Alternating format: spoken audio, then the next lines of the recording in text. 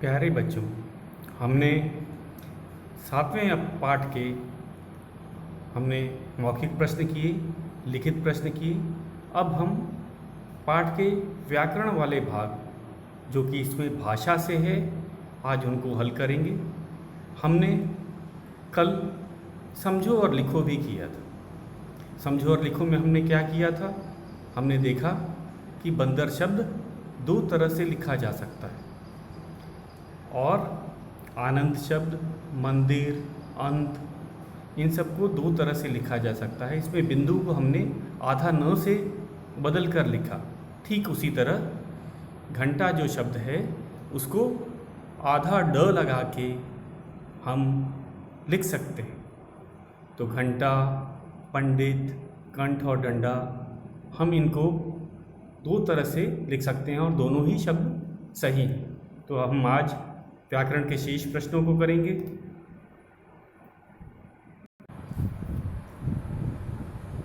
हाँ बच्चों, समझो और बोल बोल कर पढ़ो।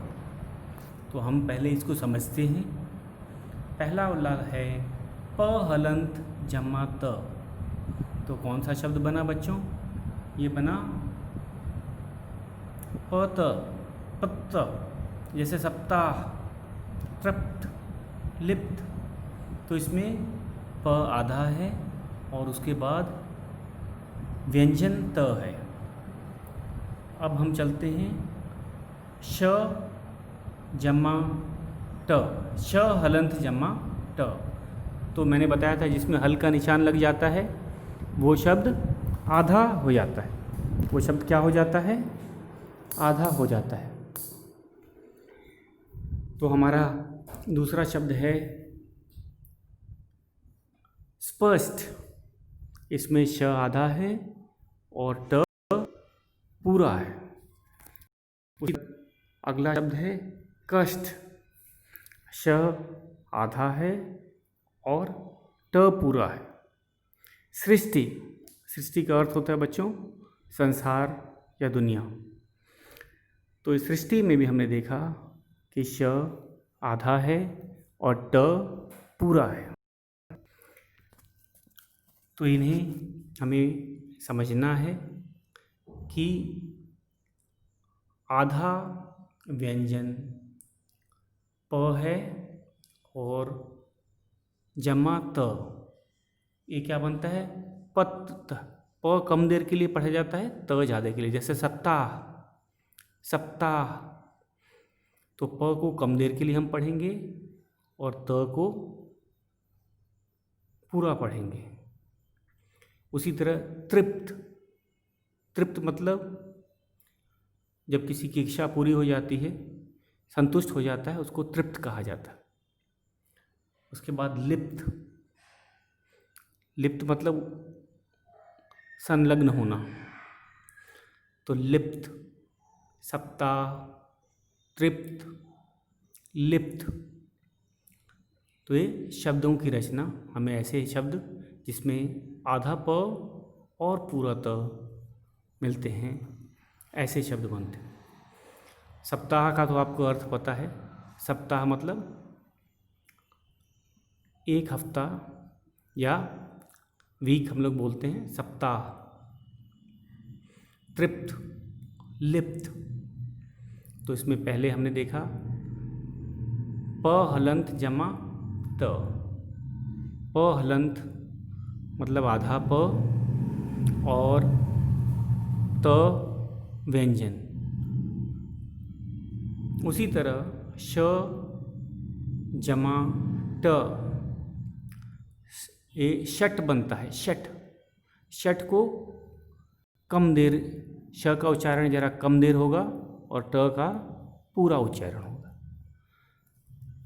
शट, एक बार बोलो बच्चों, शट।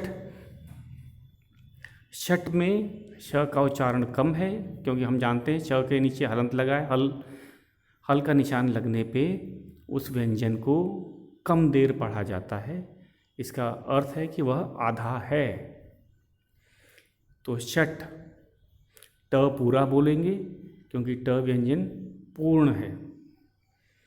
तो श हल जमा ट बना, क्या बना? शट। इसको पढ़ेंगे शट। श हलंत जमा ट बना शट। शट शब्द है स्पष्ट। स्पष्ट। उसी तरह दूसरा शब्द है कष्ट। कष्ट।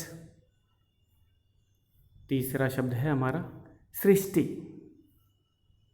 सृष्टि।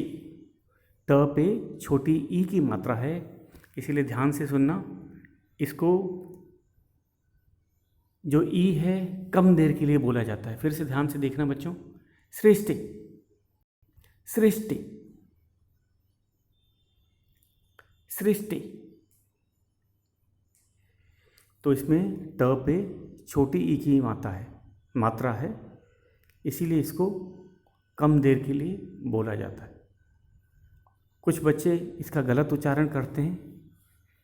वो कैसे करते हैं? सृष्टि। तो इसमें टी की बड़ी की मात्रा का उच्चारण होने लगता है, जो कि गलत है। इसको कैसे पढ़ेंगे? सृष्टि। सृष्टि। सृष्टि। तो बच्चों ये था हमारा दूसरा प्रश्न। समझो और बोल बोल के पढ़ो। तो हमने इसमें देखा प और त, आधा प और पूरा त से बनने वाले शब्द और उनका उच्चारण, और उसका शब्द का अर्थ भी हमने आपको बताया। सप्ताह का अर्थ होता है एक हफ्ता। हफ्ता हम लोग बोलते हैं। त्रिष्ठ। तृप्त। तृप्त का मतलब, तृप्त का अर्थ होता है संतुष्ट। तृप्त का अर्थ होता है संतुष्ट। लिप्त मतलब उसमें होना, उसमें सम्मिलित होना। सम्मिलित होना, इसका अर्थ क्या होता है? सम्मिलित होना। अगला था हमारा स्ट। ये स्ट कैसे बना है? ये बना है आधा श और पूरी ट से। श हलंत जमा ट बना स्ट। स्ट से बनने वाले शब्द हैं स्पष्ट। स्पष्ट। फिर दूसरा शब्द है, स्पष्ट का मतलब कि साफ साफ। स्पष्ट। स्पष्ट का अर्थ होता है साफ साफ। अगला शब्द है कष्ट। कष्ट मतलब दुख। कष्ट का मतलब दुख तकलीफ को कष्ट कहा जाता है। इसमें भी आधा श और पूरा ट है। उसी तरह सृष्टि। सृष्टि। सृष्टि का अर्थ होता है, सृष्टि का अर्थ होता है संसार, विश्व, दुनिया। अब हम अपने तीसरे प्रश्न पे चलते हैं बच्चों।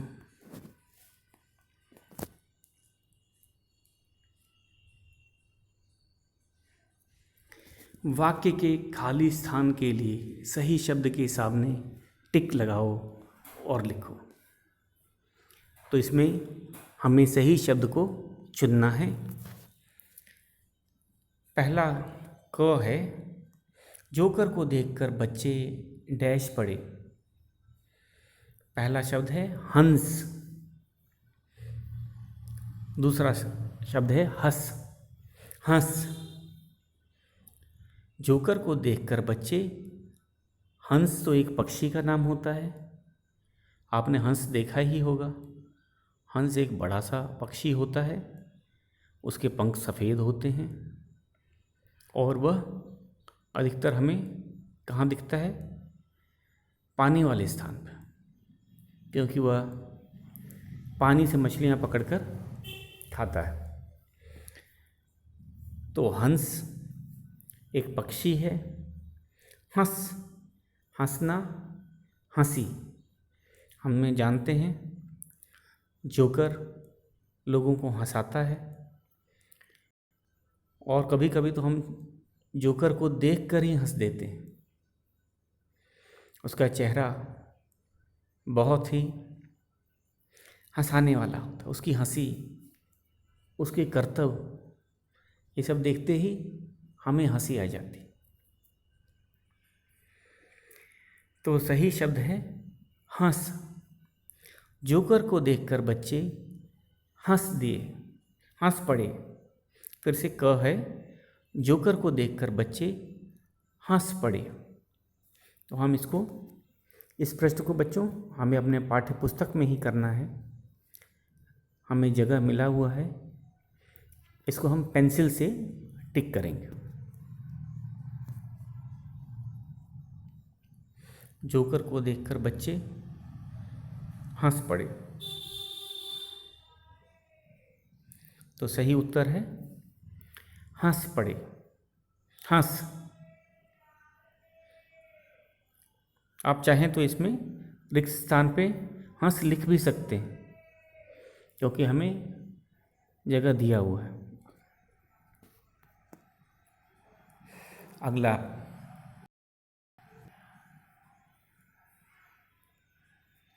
ख, अगला भाग है ख। अचानक आसमान में काली डैश छा गई, घटा घंटा, घटा घंटा। तो ये दो अलग अलग शब्द हैं।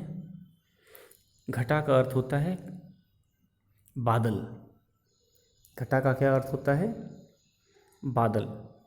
घंटा, ये हमने शब्द अपने पाठ में पढ़ा था। जंगल से घंटा बजने की आवाज़ आ रही थी, जंगल से घंटा बजने की। तो आपने देखा होगा घंटा कैसे होता है, मंदिरों में आपने देखा होगा। ये पीतल का होता है बड़ा सा, और एक बार बजाने पे आवाज़ गूंजती है और बड़ी दूर तक सुनी जा सकती है। घंटे की आवाज़ मधुर होती, लोगों को सुनने में अच्छा लगता है। तो ये दो शब्द है घटा। घटा का अर्थ होता है काले बादल या फिर बादल, और घंटा का अर्थ होता है वह यंत्र जिससे ध्वनि उत्पन्न की जाती है, जो मंदिरों में, स्कूलों में भी लगाई जाती है। तो घटा घंटा, सही उत्तर है घटा। अचानक आसमान में काली घटा छा गई। ये बरसात का मौसम चल रहा है, मौसम बदलते देर नहीं लगता है। आपने देखा होगा कि मौसम बड़ी तेज़ी से बदलता है, और कभी कभी तो दिन में काली घटाएं छा जाती हैं और आसमान काला हो जाता है, अंधेरा हो जाता है। तो घटा का अर्थ है बादल। तो हम इसको बादल लिखेंगे। अगला है ग। आप डैश जा रहे हैं, कहा कहाँ, कहा कहाँ, दो शब्द है।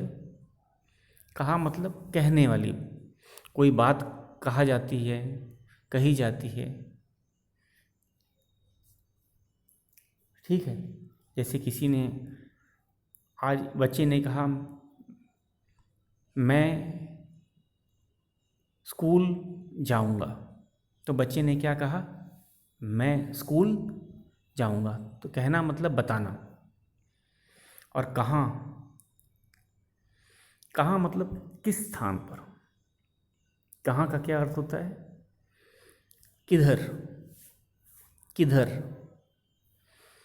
कहा मतलब बोला, कहाँ मतलब किधर। आप कहाँ जा रहे हैं? तो सही उत्तर होगा कहा नहीं, कहाँ। हम पूछते हैं ना आम भाषा में कि आप कहाँ जा रहे हैं, तो हम उस जगह का नाम बताते हैं जहाँ पे जा रहे होते हैं। जैसे स्कूल जा रहे हैं, बाज़ार जा रहे हैं, किसी के घर जा रहे हैं, दुकान जा रहे हैं, खेलने जा रहे हैं, तो हम क्या बोलते हैं? उस जगह के बारे में बताते हैं जहाँ जा रहे हैं। तो आप कहाँ जा रहे हैं? तो कहाँ, किस स्थान पे जा रहे हैं, किधर जा रहे हैं? तो कहाँ सही उत्तर है। अब अगला हम घ पे चलते हैं। घ है लंगूर की डैश लंबी होती है। पूछ, पूछ, दो अलग अलग शब्द हैं बच्चों, ध्यान से जरा सुनना है। पूछ, पूछ, पूछना मतलब कोई चीज़ जानकारी लेना। कभी कोई व्यक्ति आता है, आपसे पता पूछता है, आपसे जानकारी लेता है ना, पता पूछना। और पूंछ, जानवरों की पूंछ को कहा जाता है। पूंछ वाले बहुत से जानवर हैं, जैसे गाय, बंदर, लंगूर, कुत्ता, बिल्ली। तो पूंछ जानवरों के शरीर का एक भाग है। पूछ मतलब पूछना, हम पूछ करके जानकारी प्राप्त करते हैं, पता करते हैं। तो दोनों अलग अलग शब्द है, पूछ और पूंछ। पूछ, पूंछ, तो चंद्र बिंदु का अंतर है। तो इनको करते हैं, हल करते हैं। ख प्रश्न है हमारा, अचानक आसमान में काली घटा। तो सही है, घटा को टिक करते हैं। अचानक आसमान में काली घटा छा गई। ग, आप कहाँ जा रहे हैं? आप कहाँ जा रहे हैं? तो कहाँ सही है। घ, लंगूर की पूंछ लंबी होती है। लंगूर की पूंछ लंबी होती है, तो ये हुआ पूंछ।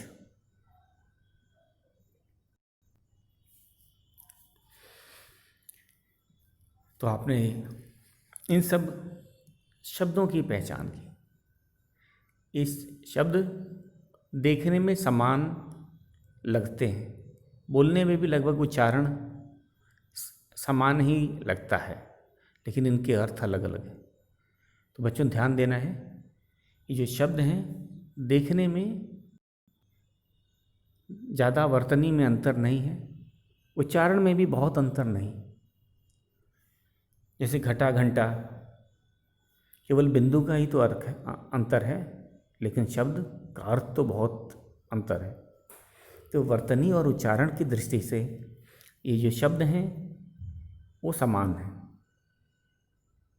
लेकिन अर्थ के दृष्टि से ये भिन्न है।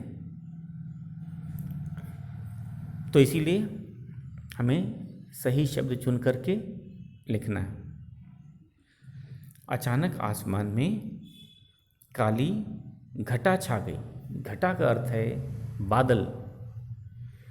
घटा का अर्थ है बादल। घंटा ध्वनि उत्पन्न करने वाला एक यंत्र होता है, जो हम मंदिर, गिरजाघर या स्कूल में भी देखते हैं। आप कहाँ जा रहे हैं? कहाँ, किधर, किस स्थान पर? तो यहाँ कहाँ सही शब्द है। कहा मतलब कुछ बोलना, कहना। कहा का अर्थ क्या होता है बच्चों? कुछ बोलना या फिर कहना। कहाँ का अर्थ होता है किधर, किस स्थान पर। घ, लंगूर की पूंछ लंबी होती है। आपने गौर किया होगा बच्चों, आप बंदर और लंगूर दोनों में अंतर पता लगा सकते हैं। जो लंगूर होता है वह देखने में तो बंदर जैसा ही होता है, लेकिन उसकी पूंछ बहुत लंबी होती है। बंदर की पूंछ छोटी होती है और लंगूर की पूंछ बहुत लंबी होती है और काफ़ी मजबूत भी होती है। और कभी कभी तो अपने पूंछ से ही पेड़ की डाल पे लटके रहते हैं। उनकी पूंछ बहुत लंबी और मजबूत होती है। किसकी तुलना में? बंदर की तुलना में। तो बंदर और लंगूर दो अलग अलग जीव हैं और उसकी पहचान क्या है? पूंछ। उनकी पूंछ बहुत लंबी होती। तो हमारा घ भी यही था, लंगूर की पूंछ लंबी होती है। हमें दो शब्द दिया था, पूंछ। पूंछ जानवर के शरीर का एक भाग है, अंग है। और पूछ मतलब पूछना, जानकारी प्राप्त करना। पूछ का अर्थ होता है पूछना। हम पूछ कर अपनी जानकारी प्राप्त करते हैं। पूंछ जानवरों के शरीर का एक अंग होता है, हिस्सा होता है। हमने पूंछ कुत्ता, बिल्ली, गाय, भैंस, बंदर, लंगूर आदि में देखे हैं।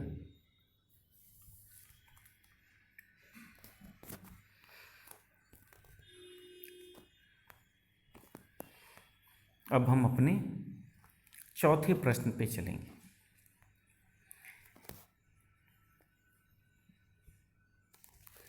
हमारा चौथा प्रश्न है, उल्टे अर्थ वाले शब्द चुनकर लिखो। उल्टे अर्थ वाले, इसको हम विपरीत अर्थ वाला भी बोल सकते हैं या फिर विलोम शब्द भी बोल सकते हैं। तो उल्टे अर्थ वाले शब्द का अर्थ क्या होता है बच्चों? हम अपने व्याकरण में भी देखेंगे, विलोम शब्द भी कहा जाता है इनको, या फिर विपरीत अर्थ वाले शब्द भी बोलते हैं। और आगे चौथी कक्षा में आप देखेंगे इसको विपरीतार्थी शब्द भी बोला जाता है। तो इन नामों का हमें अच्छी तरह से ज्ञान होना चाहिए। इसको हम उल्टे अर्थ वाला शब्द बोल सकते हैं, विपरीत अर्थ वाला शब्द बोल सकते हैं, विलोम शब्द बोल सकते हैं, या फिर विपरीतार्थी शब्द, विपरीतार्थी शब्द मतलब विपरीत अर्थ वाला शब्द। तो पहला शब्द है, हमें शब्द दे रखे हैं, अब उनमें से चुन करके लिखना है। कौन कौन से शब्द दिए हैं हमें, एक बार देख लेते हैं इनको। पहला शब्द दिया हमें डरपोक, पिछला, घटना, सरलता, अंदर, अधिक। तो 6 शब्द दिए हैं, हमें चुनना है। पहला शब्द है, प्रश्न का पहला शब्द है कठिनाई। कठिनाई मतलब हमें परेशानी। ठीक है, जैसे पहाड़ पे चढ़ना एक कठिनाई वाला काम है।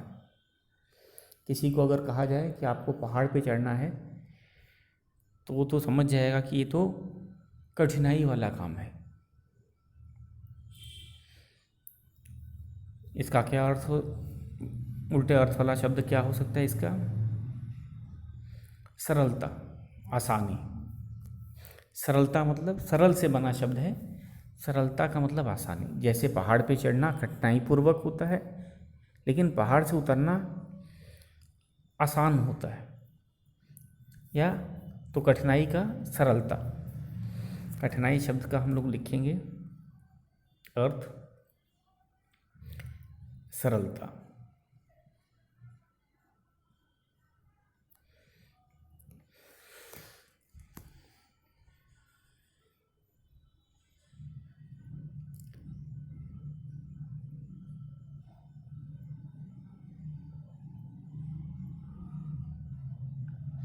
कठिनाई का सरलता। उसी तरह बढ़ना, जैसे नदियों में बरसात में पानी बढ़ने लगता है। पानी बरसात में नदियों में पानी बढ़ने लगता है। हम देखेंगे कि कुछ दिन के बाद पानी नदियों में ऊपर आ जाता है, बढ़ने लगता है, क्योंकि ज़्यादा वर्षा होने से उसमें भी पानी आने लगता है नदियों में, और उनका स्तर, पानी का जो स्तर होता है वो धीरे धीरे बढ़ने लगता है। तो बढ़ना का क्या होता है? घटना। जब बरसात ख़त्म हो जाती है तो नदियों का पानी धीरे धीरे कम होने लगता है, तो उसको कहते हैं घटना। तो बढ़ना का घटना। बरसात में, वर्षा ऋतु में नदियों का जल स्तर है वो बढ़ने लगता है, और वर्षा ऋतु के बाद नदियों का जो है जल स्तर धीरे धीरे घटने लगता है, मतलब कम होने लगता है। घटना मतलब यहाँ पे घटना का अर्थ है कम होना, बढ़ना का मतलब अधिक होना। तो इन लोग घटना और बढ़ना जान सकते हैं। नदी का पानी वर्षा ऋतु में बढ़ता है और वर्षा ऋतु के बाद धीरे धीरे कम होता है या घटता है। तो बढ़ना का घटना।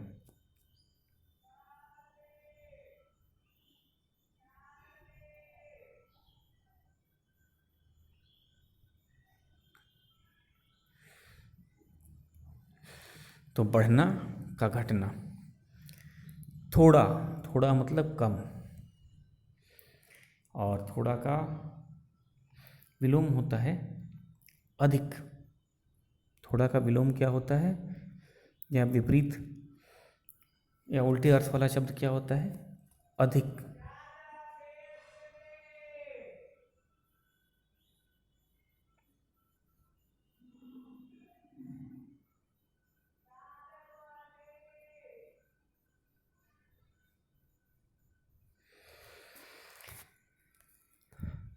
थोड़ा का अधिक।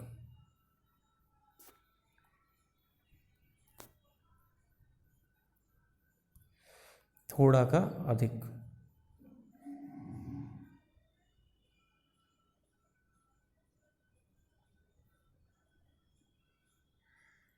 थोड़ा का अर्थ होता है कम हो, अधिक मतलब बहुत। ठीक है। अगला हमारा निडर। निडर का उल्टी अर्थ वाला शब्द हमें लिखना है।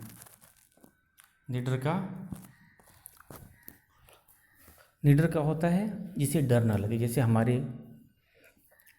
इस पाठ में सलोनी एक निडर लड़की थी। सलोनी कैसी थी? निडर थी। तो निडर का होगा डरपोक, विलोम शब्द डरपोक।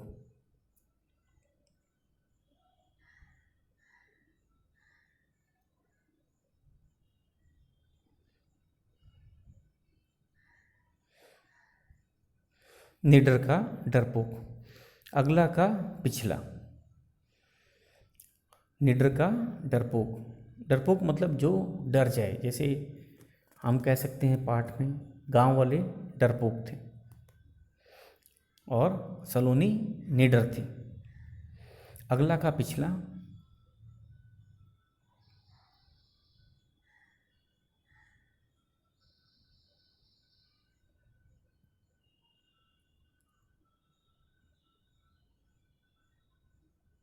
अगला का पिछला। उसी तरह बाहर का अंदर। बाहर का अंदर।